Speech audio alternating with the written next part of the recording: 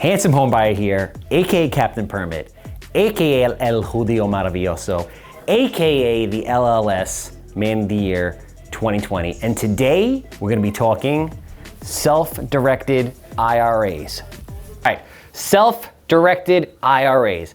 This is huge. This is a game changer that most people haven't heard about. In general, as an investor, once you start getting into this or at any point, you wanna lower your cost of capital as much as possible. You wanna give people a fair return, and remember, everybody's idea of a good return is different, but you wanna be able to lower your cost of capital. A lot of guys are using hard money lenders. Not necessarily a terrible thing if it gets you into a deal and you have no other money available. I myself, in limited quantities, have used that during different points of my career, but not much. What you really wanna do is use private money. Yes, hell yes.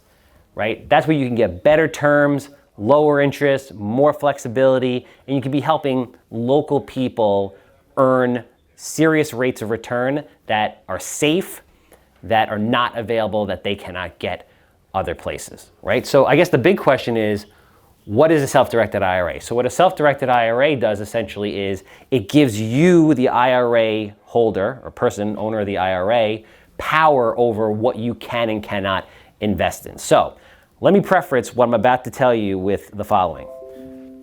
I am handsome. I am not an attorney. I am not an accountant. I don't pretend to be. So regardless of what I tell you here, there are some gems here, but you have to clear it with your accountant, your attorney, and your state. I know a lot of stuff on one hand, and a lot of stuff I don't know what I'm talking about. So just take it with a grain of salt. So self-directed IRA gives you power to invest in whatever. Most people, what they do, they have a retirement account. You say, oh, what's my retirement account invested in? Oh, I don't know, probably stocks or mutual funds. How much are you making in your retirement account? I don't know. You check. I always tell them, empower them. Check your statement. Look at it. See what's there. I think what you're going to find in most cases shocks you, right? There's a ton of fees from these guys that are managing them. The person that you invest your money with, a lot of times is just a salesperson. They have back office people that are just kind of funneling the funds into different mutual funds and things. Are you really getting the value? Why don't you know about this? Why haven't you heard about it? It's very simple. Money managers don't make money off of self-directed IRAs. So they're not going to push that to you because there's no benefit in it to them. So how does it work? The IRA, what can you invest in, what you can't invest in? To my knowledge, the IRS doesn't tell you what you can invest in, they tell you what you can't invest in. You're not allowed to buy insurance, and you're not allowed to buy collectibles. Now, there are some little laws here and there as far as like who you can invest with, who you can't invest with. Like my father can't necessarily invest with me, but my sister can. There are all these different intricate rules. Check with your attorney, check with your accountant, check with them before you do anything. All right, so we know what it is. How do you set one up? So there are different IRA custodians, all right? I happen to use an IRA custodian called Next Generation Trust Services. This is not a paid plug for them. They just do a very good job for me. There's hundreds, if not thousands, of self-directed IRA custodians all over the country. If you just do a Google search for self-directed IRA custodians, these guys will pop up. Call them, talk to them. Now, what they essentially do is hold the funds, and they have different fee structures. So there's really two types of fee structures. All right, there's either they charge you an annual fee. So Next Generation charges me, I believe, $350 a year because I have the per asset option. So there's two options. There's the, if you have a certain amount of money, they charge you a percentage annually of that. And depending on how much money you have in there, it may or may not make sense to do that. The other option is they charge you a fee per asset. So if you own a house or a business or an entity or whatever it is, you pay per asset. So if you own an entity that owns a piece of real estate, that's the one asset in there, you're paying $350 a year. That's it. No other crazy fees, no percentage of this, no percentage of that. It's very easy, it's very transparent, and it makes sense. NextGen does a great job for me, and I'm sure a lot of other companies do an excellent job as well. So that's what the custodian does.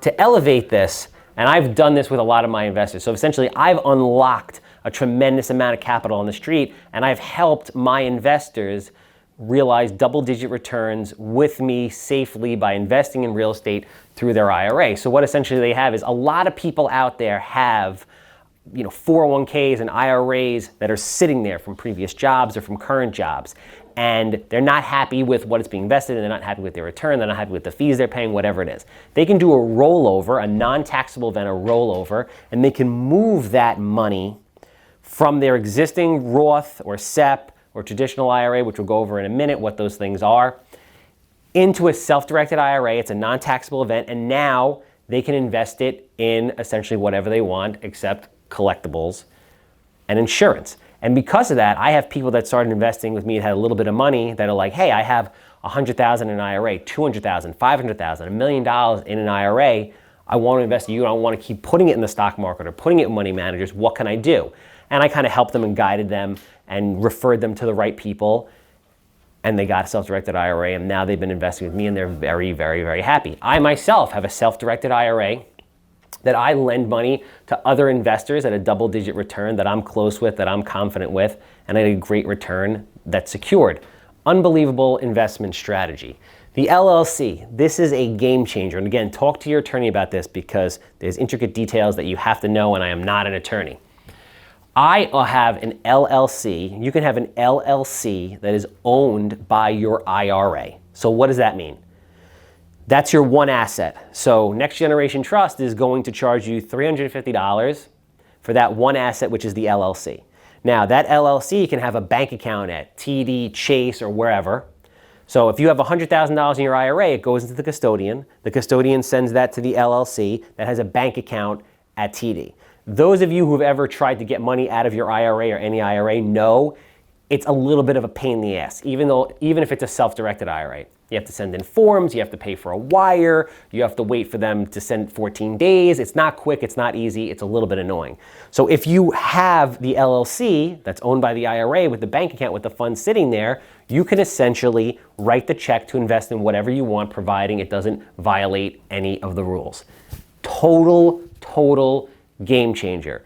If Handsome calls you up and says, I have a property I want you to invest in, it's got to close tomorrow, I need the funds now, no problem, got it in my self-directed IRA, write the check, ready to go. No one to call, no forms to fill out, no time to wait, no fees for sending the money, nothing, zero. Simple, quick, easy, and beautiful. Different types of IRAs, Roth IRAs, SEP IRAs, traditional IRAs at a basic level. What is a Roth IRA? Essentially what a Roth IRA is, you pay tax on the money that you earn, and then you put it into the Roth.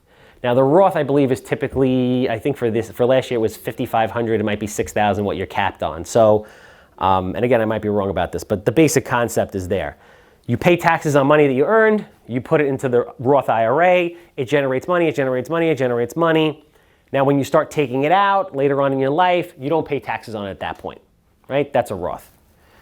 A SEP is for someone that owns a business, but the structure is very similar to a traditional IRA. So to kind of blend the two together, a SEP, you can put a certain percentage of your earnings if you have a business that you take a salary from.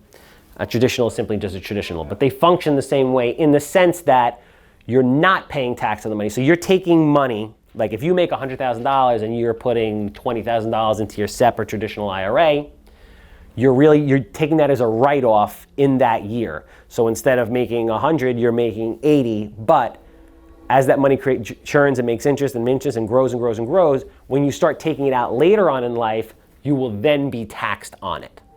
Now, the thought process here is better to take the write-off today, and then later on, when you're retired and you're in a lower income bracket, that you're gonna be paying less taxes. That may or may not be true. For me, think about it logically, it's, would you rather pay taxes on the seed, or would you rather pay taxes on the giant fruitful tree bearing fruit all those years later? Self-directed IRAs, absolutely amazing resource. I have great attorneys that I know that do this stuff, an amazing accountant that does this stuff. If you guys need anything, need a referral, shoot me a DM, email, and obviously if you like what you see, hit the subscribe button, show your support, show your love. Thank you. I'm gonna keep the videos coming.